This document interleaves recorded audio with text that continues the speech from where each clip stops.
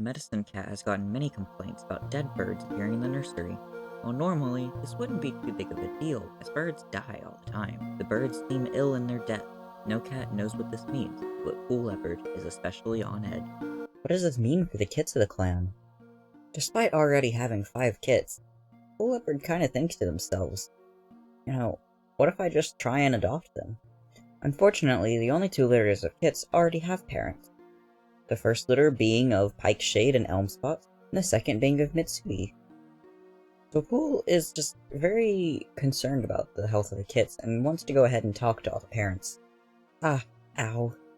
Need fuzzy fur. Stop the pain. So Fuzzy Fur is our medicine cat, and she's trying her best to help Mitsuji, but not going the best, it seems. Next we want to talk to the other parents, which is Pike Shade and Elm Spots.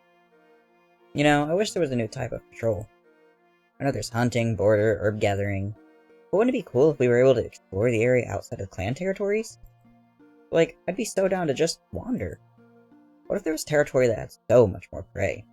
Or cool, super new healing herbs? I guess we won't know. Well, don't stray too far, because if we get into other clan territory, we might cause a war.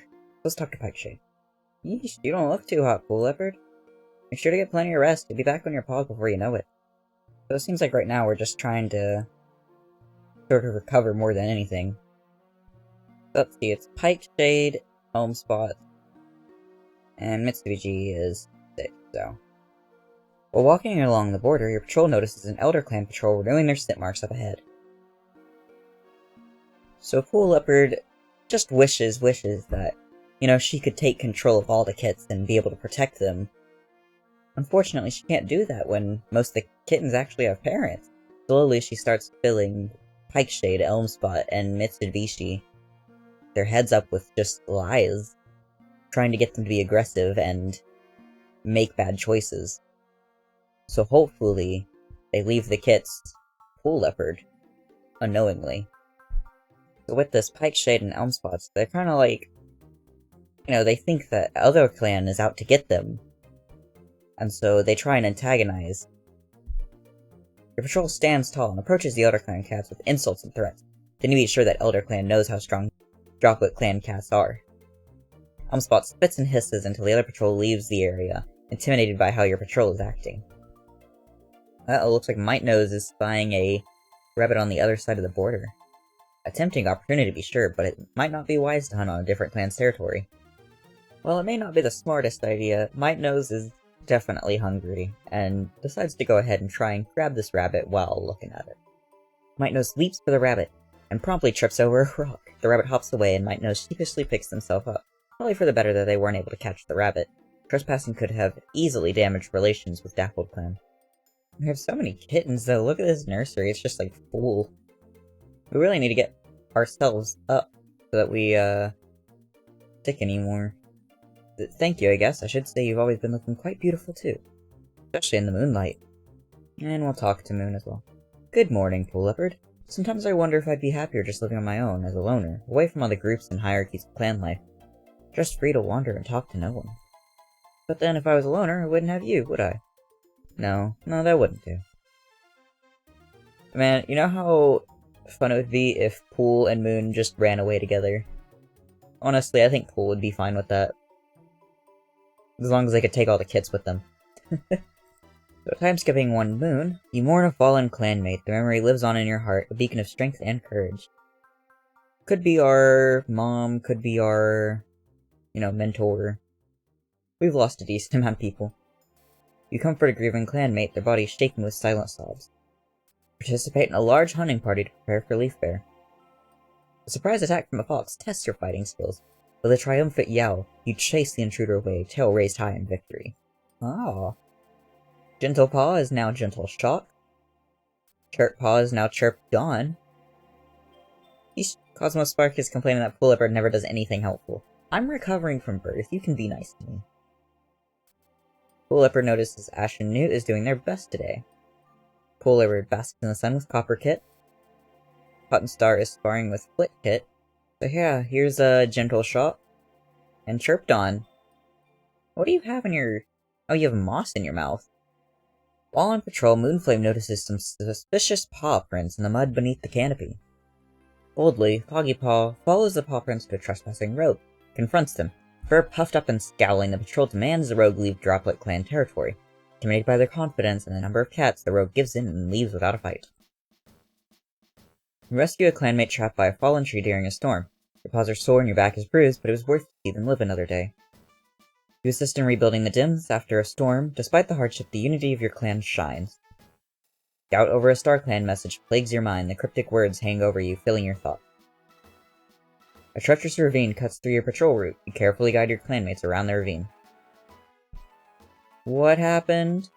Cotton Star's body just couldn't continue forward. They have lost all of their remaining lives to old age. They lost their last life and have traveled to StarClan. Dude, Cosmo's having a bad day, look at this, both of these are about them. As the clan sits vigil, Cosmo Spark's voice cracks with grief, talking about the time they had with Cotton Star.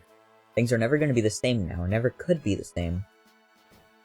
Cosmo Spark doesn't understand how life is supposed to just go on without Cotton Star. They refuse to accept it. As the clan sits vigil, Cosmo Star's voice cracks with grief, talking about the time they had with Marsh Cloud. Nobody can comfort Cosmo Star during the vigil. They're absolutely insolable, convinced they'll never feel normal again without Marsh Cloud beside them. Fuzzy Fur, voice harsh with grief, tells stories about Marsh Cloud's care and wisdom, as the clan sits vigil for them, making sure Droplet Clan honors their parent. When no one needs anything from them, Fuzzy Fur breaks down, wailing uncontrollably and cursing the world that took Marsh Cloud instead of them.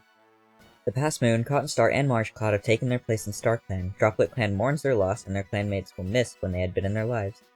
Moments of their lives are shared in stories around the circle of mourners, as those that were close to them take them to their final resting place. Cosmo Star has become the new leader of the clan. They vow that they will protect the clan, even at the cost of their 9 lives. And we'll go check that out here in a second. Droplet Clan welcomes Cloverclaw as a new warrior, honoring their enterprise. Cosmo Star stands above the clan and proclaims that Foggy Paw shall now be known as Foggy Claw, honoring their integrity.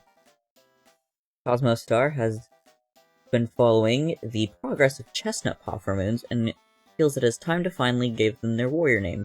They are granted the name Chestnut Pelt in honor of their support. So I guess we have no deputy at the moment. Now we can look at Cosmo Star's leadership ceremony. Cosmo Spark leaves to speak with StarClan. They close their eyes and immediately are surrounded by their loved ones, friends, and clanmates who have passed on. Stars shine throughout their pelts, and their eyes are warm as they greet the new leader. Marsh Whisker steps forward to give Cosmo Spark a life for sympathy. Cosmo Spark grits their teeth as the life rushes into them. Riftleaf dips their head in greeting. Energy surges through Cosmo Spark's pelt as they receive a life for bravery. They reassure Cosmo Spark that they are almost done. Brack and Kit bounds up to their new leader, reaching up their hind legs to give them a new life for hope. They flick their tail and head back to make room for the next cat. Downy Spots walks up to Cosmo Spark, offering a life of friendship. They smile and state that the clan will do well under Cosmo Spark's leadership. A new cat approaches. Light Flick steps forward to give Cosmo Spark a life for clear judgment. Cosmo Spark grits their teeth as life rushes into them. Yokai steps forward to give Cosmo Spark a life for farsightedness. Cosmo Spark grits their teeth as the life rushes into them. Untrot pads up to the new leader, softly touching their nose to Cosmo Spark's head. They give the life for compassion. Rosy Pad strides forward, an energy in their steps that wasn't present in their last moments. They give a life for grace. Finally, Cotton Star steps forward. There's pride in their gaze as they stare into Cosmo Spark's eyes. They give a life for loyalty to their clan. Cotton Star hails Cosmo Spark by their new name, Cosmo Star, telling them that their old life is no more. They are granted guardianship of Droplet Clan and are told to use their new power wisely. The group of starry cats yowls Cosmo Star's name in support. Cosmo Star wakes up feeling a new strength within their body and knows that they are now ready to lead the clan. Their little nick on their face is cute, honestly. I like that. So I wanted to take a look at our kits, because it's been a second. So we got Rose Kit here, who is meowing at the top of their lungs. We have Prance Kit, who got in trouble for bringing thorns into the nest. We have Fur Kit, who is mad that no one will listen to them. We have Flit Kit, who does not want to grow up yet.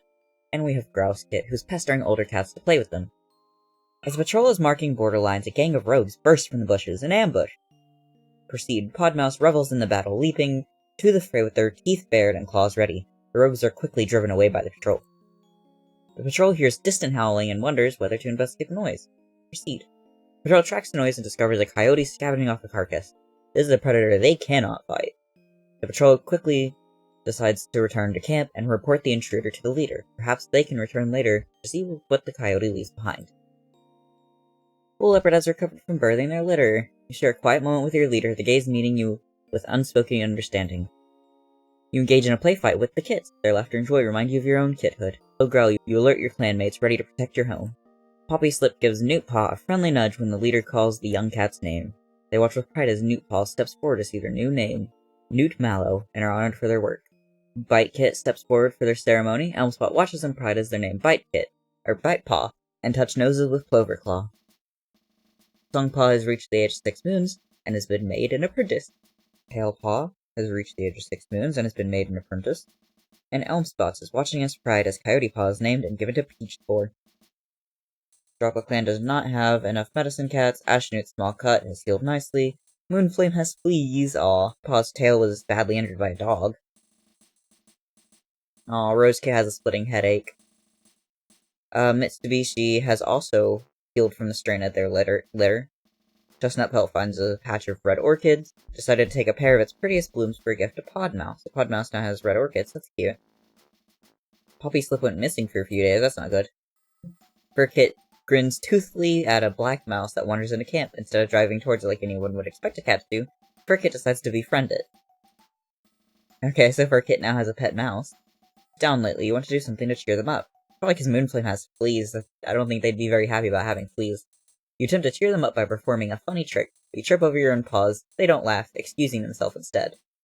Are we sure it's Moonflame's thing? I feel like Moonflame enjoyed our antics a little bit more than that. The patrol finds a kitty pet who is interested in joining the clan. They banter with the cats a bit, making them feel more welcome. Indeed, patrol doesn't have to do much convincing. The kitty pet seems happy to join the clan. Rat has joined the clan. I haven't looked at these guys in a bit. We have Bite Paw, Song Paw, who's super pretty, Pale Paw is also real pretty, and Coyote Paw. Where's Rat? Here's Rat. Rat is getting used to their new home. Cedar Grove. As the patrol is checking the border lines, they notice an Elder Clan stand straight into their territory. Let's proceed. Poking around a bit, your patrol discovers an Elder Clan apprentice wandering nearby, hopelessly lost. The apprentice is distraught upon discovering they're on the wrong side of the border, and while Cedar Grove understands it was an honest mistake, they still lecture the apprentice on the importance of respecting border lines. Relationships with the Elder Clan have improved.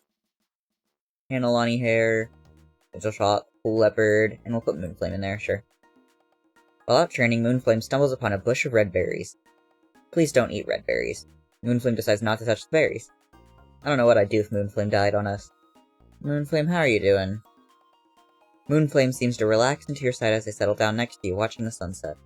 You know, I love moments like these, just you and me, and the sunset. It's the only time I can really, truly relax. It's kind of wholesome that Moonflame likes the sunset so much. Looks like Moonflame fell asleep leaning on your shoulder. Well, looks like you're stuck there. So Pool Leopard's been thinking, you know, Mitsubishi, I don't know if she's the best mother, like, I don't know. And Pool's just been recently thinking, like, you know, she thinks she could take care of those kids a little bit better. I mean, what, she's got like 3 kids? But they just, you know, I mean, World Kit is lonesome anyways. But there's just been lots of prophecies lately, and Pool's just getting nervous that, you know, Mitsubishi isn't doing as well as she should be. And so Pool Leopard's, you know, starting to consider some things that she usually wouldn't. And so Pool Leopard is going to attempt to do something that she didn't think she'd ever be capable of. And on one hand, she doesn't want to drag Moonflame into this with her. You attempted to murder Mitsubi, but your plot was unsuccessful. They appear to be slightly wary now. So we did not succeed. I'll keep it off for now. At the heart of your clan's camp, beneath the towering branches of the 4 great oaks, you stand beside Cosmo Star. The air vibrates with anticipation. Prancepaw is called forward, their fur bristling with excitement. Then your name reverberates through the clearing, carried on in the wind. You're to be Prancepaw's mentor. Pride and responsibility wash over you as you step towards Prancepaw, meeting their gaze. You touch noses, sealing the bond between mentor and apprentice. On a lazy afternoon, Moonflame teaches you a silly song from their kithood, making you both giggle. Pool Leopard has gotten fleas. You comfort an elder who's feeling unwell, their grateful purr echoing in the quiet den. Doubt over a StarClan message plagues your mind. The cryptic words hang over you, filling your thoughts. StarClan visits you in a dream. Their cryptic message leaves you with more questions than answers. An illness sweeps through the nursery. Your heart aches as you deliver herbs to the stricken kittens. See, StarClan just keeps telling us things. And things are happening with tension and the nursery. And Pool Leopard's just pretty sure that, something bad's gonna happen to the kids. And so, they're not being super smart with how they've been. So, Rosepaw, Furpaw, Splitpaw, and Gorsepaw are all now apprentices. But Pool's still gonna try and get Mitsubishi, injured or something. Mitsubishi looks at the small stream they have to cross to continue to mark the border, debates if they should stop for a quick swim to cool off. Proceed. They stop to swim for a few moments and feel rejuvenated, cooled, and ready to continue. So that didn't seem to do anything negative. Oh no! The rogues are terrifyingly coordinate, and are quick to use the patrol's momentary surprise to their advantage. Patrol cats are picked off one by one, only a couple manage to escape the slaughter. Pikeshade has died. Your patrol stumbles across a large dog. Podmouse selfishly throws himself into the fight, and every time the dog tries to grab their clanmates, they're there with claws, fur puffed out twice their normal size. Podmouse defending them, the patrol drives the dog off, yowling triumphantly. They capture the dog's attention and draw it away from the cat. We now have Draugr? Oh, you're cute. I like your little white ear. Let's talk to our new cat. Whoa, look out! Incoming! Draugr is in hot pursuit of a mouse right in the middle of camp. They skid to a halt, inches from your face, destroying the pile of moss you were gathering for your nest. Huh. Sorry about that. Say, did you see which way that mouse went? I swear, these little buggers are getting braver by the day. Stupider, too. How long does it think it's gonna last in a clan full of cats? Sorry about your moss. You need help cleaning it up? Draugr clumsily attempts to reorganize the pile, breaking several pieces in the process. There, good as new. Kinda. Sorry again. Be on the lookout for that mouse for me, will ya? Come find me if you see it again. Well, I guess being a senior adult, he's getting a little bit more on the tired side, so... Pool Leopard scratches and scratches and scratches, ever frustrated by their leaves. The constant scratching has begun to tear up their pelt, leaving raw patches of skin exposed. Pool, you need to chill out. Oh, we now have Shinepaw, Whirlpaw, and Copperpaw. Very cool. This past moon, Pikeshade has taken their place in StarClan. Droplet Clan mourns their loss, and their clanmates will miss the spot they took up in their lives. Moments of their life are shared in stories around the circle of mourners, as those that were close to them take them to their final resting place. Cosmo Star fought a big dog and was badly injured. Poppy Slip fought a hawk and got hurt. Newt Mel always seems to have herbs stuck in their fur. Very cute. Okay. We still don't have a deputy. I do have it set to where they can choose automatically, right? Actually don't see a way I can change that. The patrol cautiously moves towards the sound of barking. Near the border, they spot a dog chasing something. Oh no, it's a cat. Proceed. The patrol jumps into action and chases the dog off without much difficulty. A group of cats is much different than a single one. However, the distressed loner seems to think that they're a threat and take a swipe at Shinepaw before running off.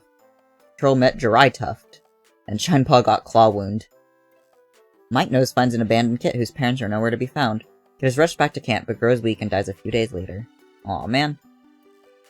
Hoping we could get another kit in the clan. As Medicine Cat's patrol pads out into Droplet Clan territory, Gorsepaw tells Fuzzyfur about the dream they had last night.